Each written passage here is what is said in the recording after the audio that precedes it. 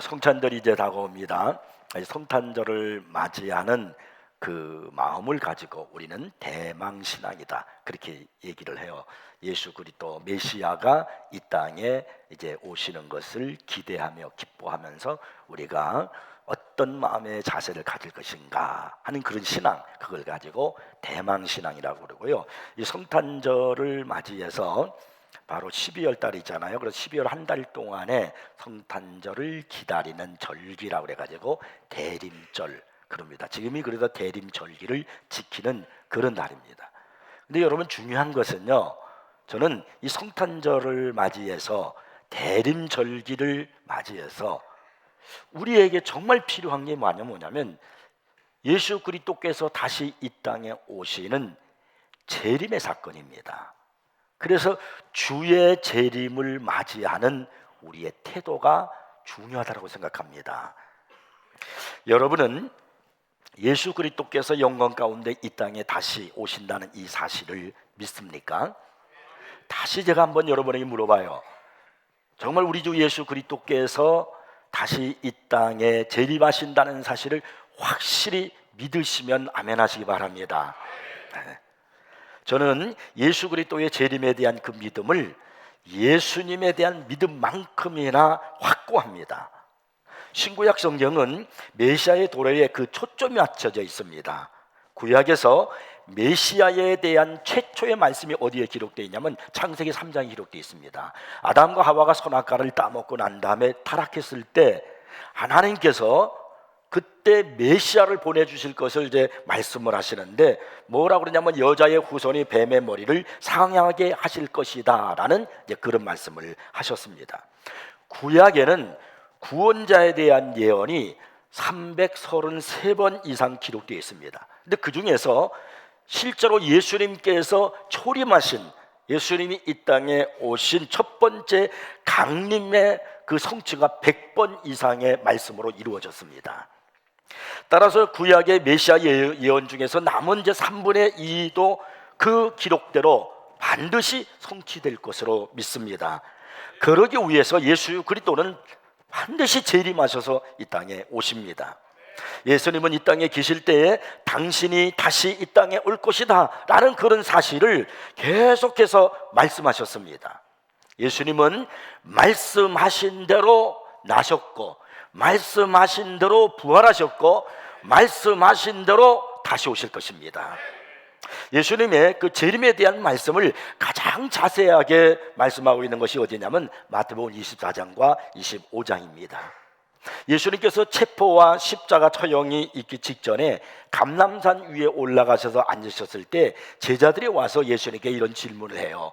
주의 임하심과 세상 끝에는 무슨 징조가 있사오리까? 이 질문을 받은 예수님께서 이제 대답을 하시는데 그때 자신의 재림에 대한 이야기를 하십니다.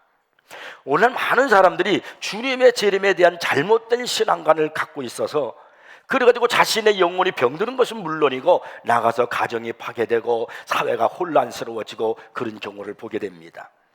예수님은 분명히 마태복음 24장 36절에서 말씀하셨어요. 그날과 그때는 아무도 모르나니 하늘의 천사들도 아들도 모르고 오직 아버지만 아시느니라. 그리고요, 마태복음 24장 42절에서는 또 이렇게 말씀했습니다. 어느 날에 너희 주가 임할는지 너희가 알지 못함이니라. 또 44절에서는요, 생각하지 않은 때에 인자가 오리라. 그리고요 50절에 가서는요, 생각하지 않는 날, 알지 못하는 시각에 그 종의 주인이 이르러 라는 말씀이 있어요. 마태복음 25장 13절은 또 이렇게 말씀합니다. 너희는 그날과 그때를 알지 못하느니라. 이렇게 성경은 예수 그리스도의 오심에 대해서 알 수 없다라고 말씀을 하고 있습니다. 그런데 그 잘못된 종말론 신앙을 갖고 있는 사람들은 최근에 일어나는 여러 가지 자연적인 그런 사건들을 성경에 있는 예언들과 조합을 해가지고, 그러니까 예를 들어서 뭐 태풍이 일어난다든지 지진이 일어난다든지 뭐 테러 사건이 일어난다든지 이런 것을 성경에 있는 종말론적인 말씀과 조합을 해가지고 잘못된 재림신앙을 갖게 만들고, 그리고 사람들의 마음속에 두려움을 갖게 만들고 잘못된 신앙으로 갖게 만드는 경우가 너무나 많습니다. 예수님께서는 분명히 그때가 언제인지 알지 못한다라고 말씀하셨음에도 불구하고 여전히 억측스럽게 예수님의 재림의 날짜를 얘기하는 경우가 많다는 겁니다. 할 린제는 마지막 위대한 행성 지구라는 책에서 예수님이 1988년 이전에 재림하실 것이라고 공공연하게 그가 암시했습니다. 그러나 주님은 오시지 않았죠. 에드거 휘제넌트는요, 1988년에 휴거가 일어나야 하는 8가지 이유라고 하는 그 책에서 자신이 예수님 재림의 그 시간의 비밀을 밝혀냈다는 거예요. 그러면서 그때가 1988년 9월 11일이라고 얘기를 했습니다. 역시 그날 아무 일도 일어나지 않았습니다. 우리나라에서도 이런 일이 일어났었죠.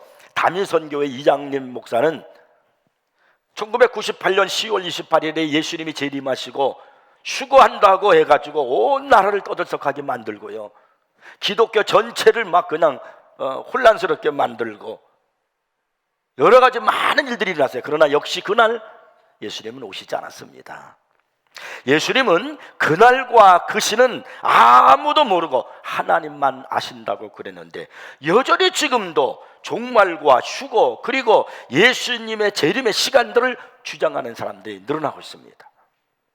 그리고 뭐 환상을 보았다, 예수님의 말씀을 들었다, 자꾸 그러면서 성도들의 신앙을 현혹하고 있어요. 이것이 종말의 신앙이다, 종말을 가져야 된다, 이렇게 말을 하고 있습니다. 그런 잘못된 종말 신앙에 빠지면 가정이 여러분 흔들립니다. 그의 영혼이 잘못됩니다. 그리고 사회가 혼란스러워지는 겁니다.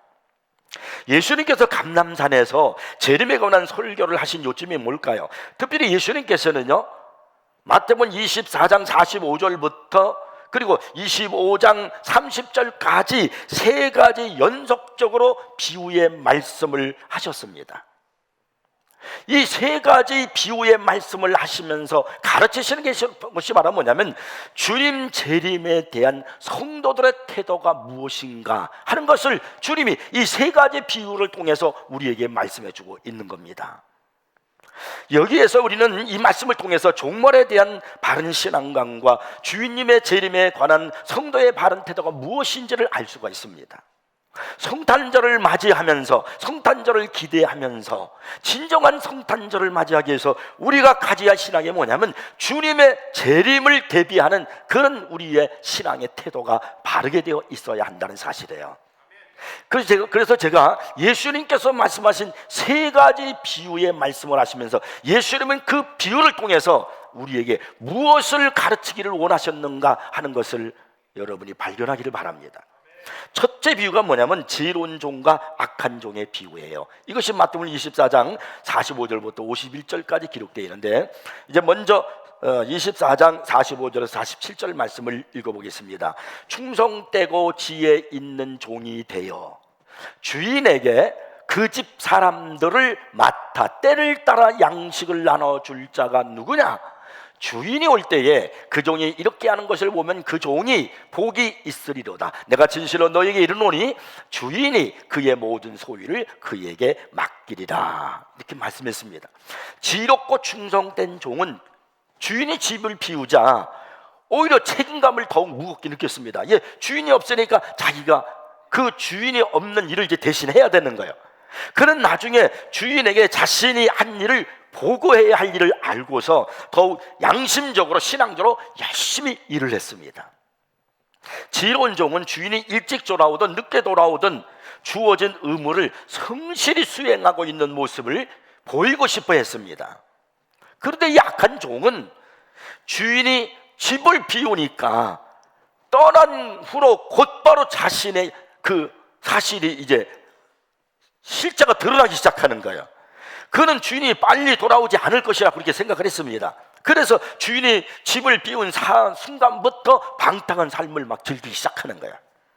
그는 모든 책임을 버리고 자유를 망치겠습니다. 그는 아무도 지켜보는 사람도 없고 책임감도 없었기 때문에 자신이 악한 마음이 이끄는 대로 막 행동을 하는 거예요. 그 말씀이 마태복음 24장 48절부터 51절까지 기록되어 있습니다.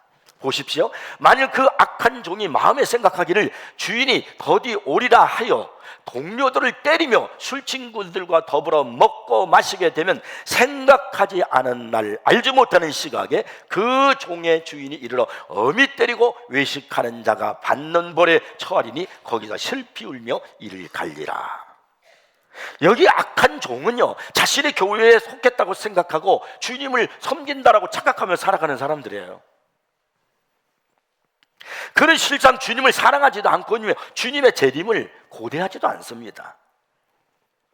그는 주님의 재림하실 것이라는 생각은 하지도 않고 또 시기가 곧 닥칠 것이라는 것도 믿지도 않습니다. 그래서 48절에 그렇게 말씀하고 있는 거예요. 마음에 생각하기를 주인이 더디 오리라. 주님의 재림에 대해서 관심이 없어요. 기대하지도 않습니다. 그러나 여러분, 성경은 주님의 재림이 지체되지 않고 오신다는 사실을 거듭 강조하고 있다는 사실을 아셔야 합니다. 히브리서 10장 7절에 보시니까 잠시 잠깐 후면 오실 이가 오시리니 지체하지 아니하시리라고 말씀하고 있어요. 요한계시록에서 예수님은요, 내가 속히 오리라, 내가 속히 오리라 이렇게 계속해서 말씀했습니다. 사도 바울은요, 빌립보서 4장 5절에서 주께서 가까우시니라고 이렇게 말씀하고 있고요, 야고보는요, 주의 강림이 가까우니라, 보라 심판주가 문 밖에 서 계시느니라고 그렇게 말씀하고 있습니다. 그렇게 성경은 계속해서 주님의 재림이 가까웠다라고 이렇게 말씀하고 있습니다. 주님의 재림은 확실한 것이며 가까웠습니다. 그러므로 지혜로운 종과 이 악한 종의 비유를 통해서 예수님께서 우리에게 말씀하시고자 하는 것이 바로 뭐냐면, 어떤 환상을 보고 어떤 말씀을 어떤 기도라서 응답을 듣고 해가지고 어떤 엉뚱한 짓을 하라는 것이 아니에요. 주님의 재림이 지체되지 않고 올 것이라는 것을 기억을 하고 언제 그분이 오시더라도 잘 맞이할 준비를 하고 있으라는 거야.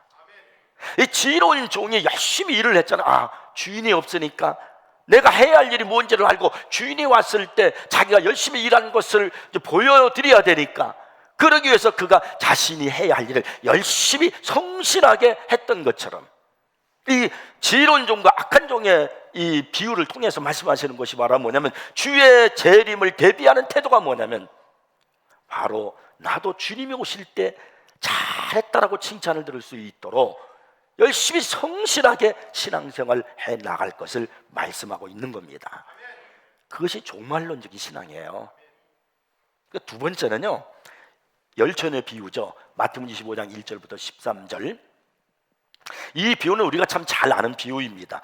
열처녀 비유는 슬기로운 5처녀와 미련한 5처녀의 비유로서 주님이 지체하시더라도 항상 깨어 있어야 한다는 것을 가르치는 겁니다. 교회사의 역사를 보면은요, 재림의 시기를 구체적으로 알아냈다고 생각을 하고 해서 직업을 버리고 재산도 다 처분하고 산속이나 사막에 들어가서 마지막 나팔을 울리기를 기다렸던 사이비 종파들의 그 성도들에 대한 그런 이야기가 종종 나옵니다. 특히 지난 몇십 년 동안 선지자를 자칭하는 사람들이 얼마나 많고요, 또 자칭 예수라고 하는 사람들이 얼마나 많이 있는지 몰라요. 우리나라에도 자칭 예수라는 사람이 수십 명이 넘습니다. 또 어설픈 숫자 점쟁이들이요, 곳곳에 출몰해가지고 세상이 멸망할 날짜와 시간을 알아냈다라고 이렇게 주장을 하는 거예요. 그들 모두가 다 잘못된 겁니다. 아무것도 이루어진 것이 없어요. 결국은 사람들에게 실망을 주고 웃음거리로 전락하고 만 겁니다.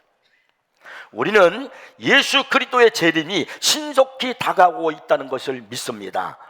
로마서 13장 11절 말씀 보니까, 또한 너희가 이 시기를 알거니와 자다가 깰 때가 벌써 되었으니 이제 우리의 구원이 처음 믿을 때보다 가까웠음이라고 말씀합니다.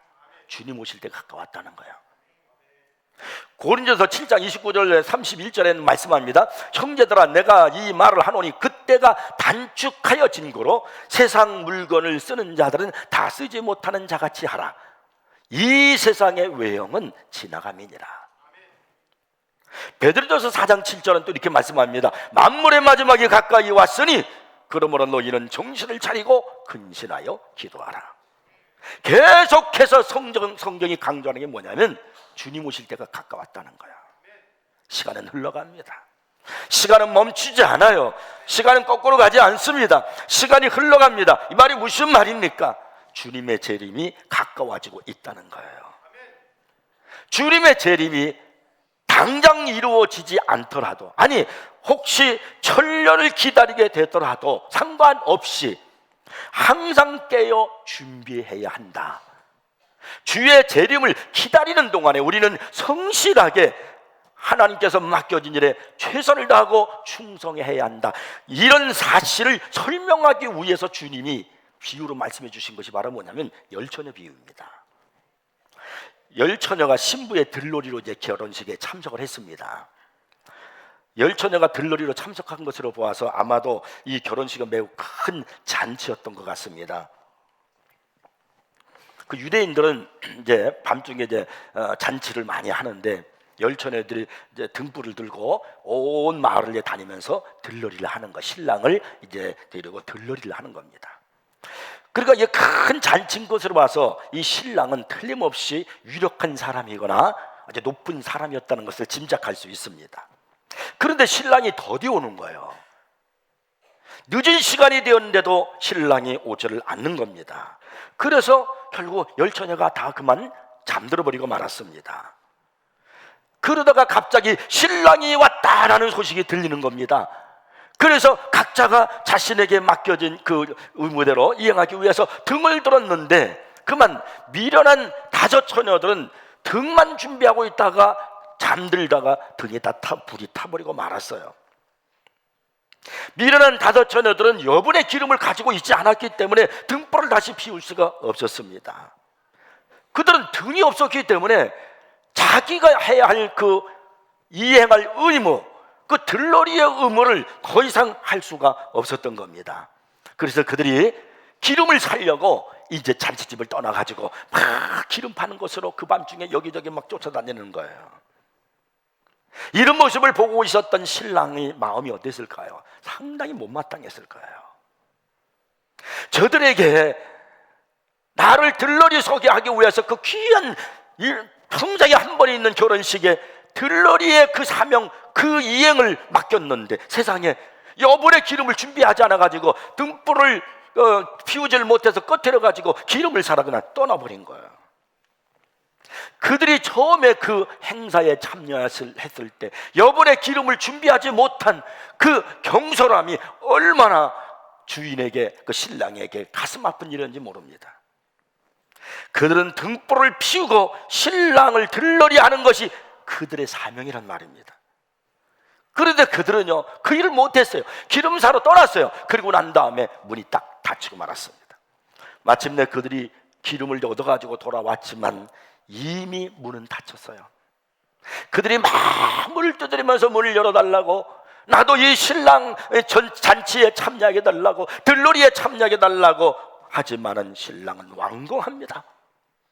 단호한 어조로 말하기를 진실로 너희에게 이르노니 내가 너희를 알지 못하노라.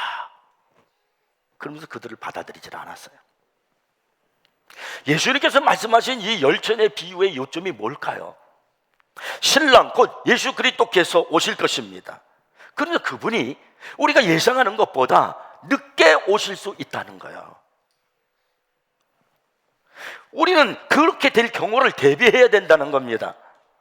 우리는 항상 깨어 경계하고 그때가 아무리 늦어지더라도 주님을 맞이할 준비를 갖추고 있어야 한다는 것입니다.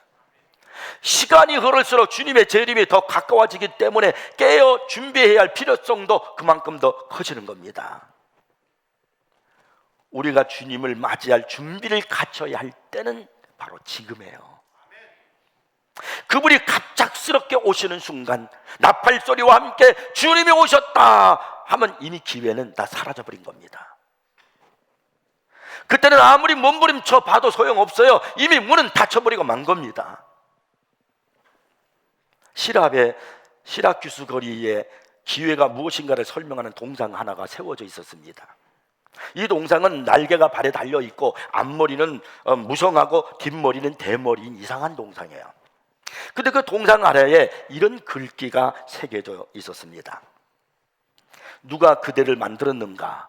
리스퍼스, 그대의 이름은 무엇인가? 왜 그대의 날개는 발에 달려 있는가? 걸어가기보다 더 잽싸게 빨리 날아다니기 위해서. 왜 그대의 앞머리는 그렇게 무성한가? 내가 올 때 사람들이 쉽게 붙잡을 수 있도록. 왜 그대의 뒷머리는 대머리인가? 한번 지나가면 다시는 붙들 수 없기 때문에. 여러분, 주님이 아직 오시지 않았음에 감사하시길 바랍니다. 그것은 아직 나에게 기회가 주어졌다는 것을 의미하는 거예요. 내가 용서받을 수 있는 기회, 내가 주님의 은혜를 사모할 수 있는 기회, 내가 주님을 더 섬길 수 있는 기회, 내가 충성할 수 있는 기회, 그런 기회가 내게 지금 주어졌다는 겁니다. 그러나 여러분, 이 기회는 언제까지나 계속되는 것이 아닙니다.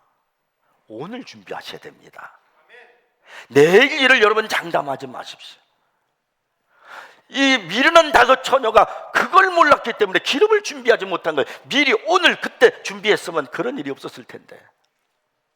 그래서 예수님께서 이 열전의 비유를 통해서 말씀하시는 것이 뭐냐면, 오늘 준비하라는 겁니다. 오늘 성실하게 대비하고 있으라는 거예요.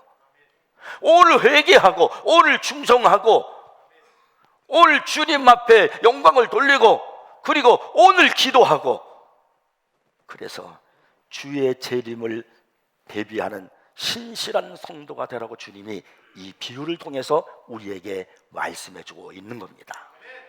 세 번째 비유가 있어요. 그게 바로 뭐냐면 오늘 본문의 달란트 비유예요. 마태복음 25장 14절부터 30절까지 말씀이죠. 성경의 내용이 이렇습니다. 한 부자가 먼 곳으로 이제 여행을 갔어요. 그래가지고 이제 세 종에게 불러가지고 이제 일정한 양의 재물을 그들에게 나눠주고 자기가 돌아올 때까지 그것을 당부하라고 이제 명령을 내립니다. 그들 가운데 두 사람은 그 재물을 미천으로 해가지고 장사를 해서 2배로 불렸습니다. 그러나 나머지 한 사람은 그것을 땅에 감추어 두고 주인을 위해서 아무것도 남기지 않았습니다. 성경은 주님의 재림이라는 주제를 거론할 때마다 꼭 우리에게 가르치는 것이 있어요. 기대감을 가지라는 거죠. 주님의 재림에 대한 기대감과 그리고 깨어 있으라고 가르칩니다. 이 달란트 비유는 주님의 재림을 기다리는 동안에 그분을 위해서 신실하게 일함으로써 그날을 준비해야 한다는 것을 가르치고 있는 겁니다. 3명의 종들에게 이제 큰 책임이 주어졌죠. 첫 번째 종에게는 5달란트, 두 번째 종에게는 2달란트, 세 번째 종에게는 1달란트를 받았습니다. 자, 오늘 본문 14절 15절 말씀입니다. 읽어볼게요. 또 어떤 사람이 타국에 갈 때 그 종들을 불러 자기 소유를 맡긴 것 같으니 각각 그 재능대로 한 사람에게는 금 5달란트를, 한 사람에게는 2달란트를, 한 사람에게는 1달란트를 주고 떠났더니, 여기 달란트는 동전이나 화폐가 아닙니다. 당시 상당히 무거운 무게를 나타내는 단위입니다. 출애굽기 25장 39절 말씀 보면은요, 등잔대와 이 모든 기구를 순금 1달란트로 만들되라는 그런 말씀이 있어요. 성막에 커다란 이제 황금 촛대를 만드는데 그 무게가 1달란트였다는 거예요. 이 금 1달란트면 헬라 당시에 무게가 어느 정도냐면 약 27kg이었습니다. 그러니까 이 1달란트는 굉장히 많은 재산을 의미하는 겁니다. 제가요, 어저그저께 12월 20일부로 금 시세가 얼마인가를 제가 조사를 해봤습니다. 그랬더니 12월 20일부로 금 시세가 1g에 55,207원이었어요.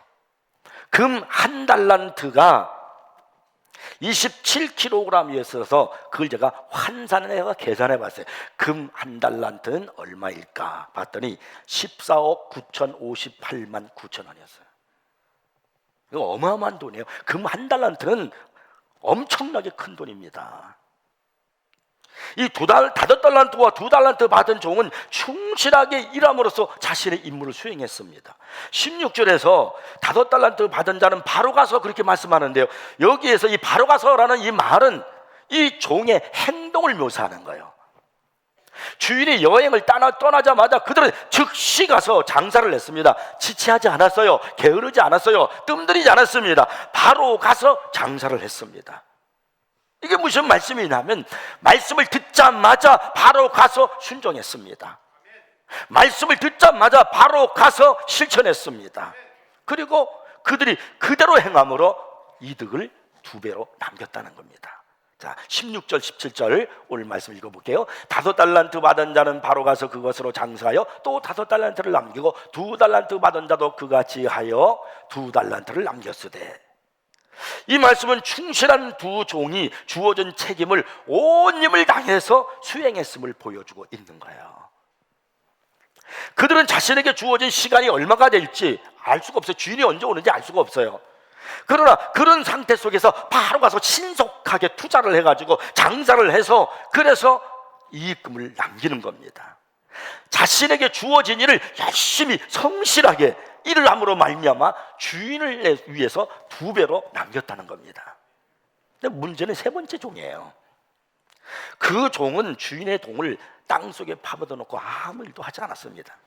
그는 주인이 없는 틈을 이용해서 자신이 원하는 일을 했어요. 그는 아마도 굳이 경제적인 위험을 자초할 필요가 있겠는가라고 그렇게 생각했을 거예요. 일을 하지 않음에 대함으로 말미암아 많은 돈을 받았는데 내가 일을 하지 않음으로 말미암아 마음의 가책을 받아. 내가 직분을 받았는데, 내가 교회를 오래 다녔는데, 신앙생활 하는데 내가 일도 하지도 않고 교회도 잘 오지도 않고 그러면 스스로 양심의 가책을 받을 수 있어요. 그것처럼 이 1달란트 받은 자가 경제적인 위험을 자초할 필요가 있을까? 그러면 스스로 자기 자신의 양심을 무마시키는 거야. 어쩌면 그는 경제 상황이 나빠질 것이라고 스스로를 그렇게 예상하는 거예요. 다른 사람들은 돈을 잃어버릴 수도 있어. 그러나 나는 땅속에 감추어 뒀다가 그대로 가지고 가면은 나는 손해보는 것이 없으니까, 고스란히 보존해서 갖다 드리는 것이니까 잘했다고 할 거야. 이런 생각을 가지고 자신의 의무를 저버리는 겁니다. 그의 이 무책임한 태도로 인해서 그에게 맡겨진 돈이 이자 한 푼 늘지도 않았어요. 19절에 보니까 뭐라고 말씀하냐면은 오랜 후에 그 종들의 주인이 돌아와 그들과 결산할세 이렇게 말씀합니다. 주인이 돌아오는 것이 이제 지체되니까 이 불충한 종은 더욱 대담하고 안일하게 자신의 그 만족하면서 이제 지낸 겁니다. 그러나 아셔야 됩니다. 결산할 때는 반드시 온다는 거야. 저나 여러분이나 반드시 결산할 때가 옵니다. 주님이 재림하시도 오지만 내가 언제 죽을지 몰라요. 죽으면 결산해야 되는 거예요. 그래서 오늘 21절과 24절에 보니까 그 결산에 대한 말씀을 하시는 거예요. 잘하였도다 착하고 충성된 종아, 내가 적은 일에 충성하였음에 내가 많은 것을 내게 맡기리니 내 주인의 즐거움에 참여할지어다. 주인이 충실한 이 두 종에게 준 그 칭찬과 상은 정확히 똑같았습니다. 그들에게 대한 보상은 이익을 남긴 양에 비례하지 않았어요. 주님께서 5달란트 남긴 자나 2달란트 남긴 자나 주님이 칭찬하고 또 그들에게 보상해 준 건 똑같았어요. 그들이 보상을 받은 것은 남긴 이익의 비례가 아니라 그들의 충성됨, 신실함이었다는 겁니다. 오늘 주님이 이 달란트 비유를 통해서 이것을 우리에게 가르치고자 하는 겁니다. 고린도서 3장 8절 말씀 보면은 각각 자기의 일한 대로 자기의 상을 받으리라고 말씀합니다. 이 주인은 충실한 종들에게 고난과 기회를 더 많이 부여했고 기쁨과 은혜를 누릴 수 있는 자리도 허락했던 겁니다. 반면에 1달란트 받은 자는요, 자신이 받아 마땅한 심판을 모면하기 위해서 주인의 성품과 평판을 들먹이며 그가 냉혹하고 몰인정하고 다른 사람의 노동력을 착취하는 비윤리적인 사람인지라 무서워서 아무 일도 내가 하지 못했다고 변명만 늘어놓기 시작했습니다. 24절 25절 읽어볼게요. 1달란트 받은 자의 변명을 보세요. 1달란트 받았던 자는 와서 이르되 주인이여, 당신은 굳은 사람이라 심지 않은 데서 거두고 해치지 않은 데서 모으는 줄을 내가 알았으므로 두려워하여 나가서 당신의 달란트를 땅에 감추어 두었었나이다. 보소서, 당신의 것을 가지셨나이다. 그가 한 이 말 중에 사실인 것은 하나도 없습니다. 그러나 서로 그의 말이 모두 사실을 안다 할지라도 아무 일도 하지 않은 그는 주님 앞에 그의 잘못은 변명할 여지가 없어요. 아무 일도 하지 않았으니까. 내가 아무 일도 하지 않고 주님 앞에 가면은 변명할 여지가 없어요. 게으른 종이 생각한 대로 주인이 엄하고 냉각한 사람이었다면 그의 달란트를 땅속에 묻어놓고 이익을 남기지 않을 것이 아니라 은행에 갖다 이자로 또 남겨줘죠. 14억 9천, 그 15억 정도 되는데 이자가 얼마나 많아요. 두려워서 아무 일도 하지 못했다는 것은 새빨간 거짓말이었습니다. 진정한 문제는 이 불충성한 이 종의 문제가 바로 뭐냐면 나태함이었습니다. 게을렀다는 거예요. 그래서 그를요 악하다고 그랬어요. 주님이요. 또 뿐만이 아니라 실제로 그는요 주인을 공경하지도 않고 두려워하지도 않고 그리고요 주인이 돌아올 것을 기대하지도 않았습니다. 그래서 결국 한 달란트 받은 종을 향해서 주인이 이렇게 평가를 내립니다. 마지막 30절이죠. 이 무익한 종을 바깥 어두운 데로 내쫓으라. 거기서 슬프며 이를 갈리라. 이 무익한 종아. 그래서 이 무익한 종. 저는 우리 성도들 중에 한 사람도 주님께로부터 이런 말을 듣는 사람이 없기를 간절히 부탁을 드립니다. 무익한 사람이 돼서는 안 돼요. 내가 예수 믿는 사람으로서, 내가 직분을 받은 사람으로서, 내가 신앙생활을 좀 오래 했는데, 교회를 하는데 무익한 사람이 되어서는 안 된단 말입니다. 하나님 나라의 교회에 무익한 사람이 되어서는 안 돼요. 이런 사람은요 교만하고 무관심하고요 주인에게 불순종했고 자기 뜻대로 행동하고 도덕적 그러한 모든 의무를 소홀히 했던 겁니다. 그의 죄책은요 변명하거나 회피할 수도 없었고 그의 형벌은 두려울 만큼 혹독했던 겁니다. 예수님께서 주의 재림을 말씀하면서 주의 임하심이 언제입니까? 그리고 무슨 징조가 있습니까? 이렇게 제자들이 물어봤을 때 그때 주님께서 세 가지 비유를 연속적으로 이제 말씀하셨잖아요. 이 세 가지 비유를 통해서 주님의 재림을 기다리는 태도가 무엇인지를 주님께서 가르쳐 주신 겁니다. 첫 번째 비유인 착한 종과 악한 종의 비유를 통해서 주님이 곧 재림하시지 않을 것이라는 그런 어리석은 생각을 버리고 지금 성실하게 열심히 살아가라는 거예요. 두 번째 비유는 처녀 비유를 통해서 그분이 곧 오실 것이라고 생각하는 어리석음에 빠지지 말고 그분이 지체되더라도 항상 깨어서 준비하고 있으라는 겁니다. 세 번째 비유는 달란트 비유를 통해서 주님이 언제 오시든 간에 충실하게 행동하는 것의 중요성을 가르쳐주고 계시는 겁니다. 예수님은 이 비유들을 통해서 주님의 재림을 기다리는 자는 주님이 오실 때까지 성실함과 충실함으로 오늘을 살아가라는 거예요. 그리고 오늘이 중요한 거예요. 언제 오실지 모르니까요. 그리고 주님이 이 종말론 주의 재림을 기다리는 태도는 다른 것이 아닙니다. 오늘 내가 맡겨진 대로 열심히 성실하게 충성스럽게 살아가는 것, 이것이 종말론적인 신앙이고 주의 재림을 기다리는 자의 태도입니다. 주님의 재림을 기대하지도 않고 그분의 나타나심을 사모하지도 않고 그분을 만나고 싶은 마음에 간절하지 않는다면 그건 성도가 아니에요. 디도서 2장 12절 13절은 말씀합니다. 경건하지 않은 것과 이 세상 정욕을 다 버리고 신중함과 의로움과 경건함으로 이 세상에 살고 그리고 복스러운 소망과 하나님, 우리의 크신 하나님 구주 예수 그리스도의 영광이 나타나심을 기다리게 하셨으니 예수님의 재림을 그렇게 우리가 복스러운 소망으로 가지라는 거죠. 또 마가복음 13장 35절에 보니까 깨어있으라, 집주인이 언제 오실는지, 혹 저물 때 있는지 반쪽이 있는지 혹 다굴 때 있는지 새벽이 있는지 너희가 알지 못함이라 그랬어요. 주님이 새벽에 오실까, 밤에 오실까, 낮에 오실까, 다굴 때 오실까 중요하지 않아요. 언제 오시든 간에 깨어서 내가 지금 성실하게 충성스럽게 하나님 앞에 부끄러움 없는 사람으로 나갈 수 있도록 그렇게 살아가는 것이 중요합니다.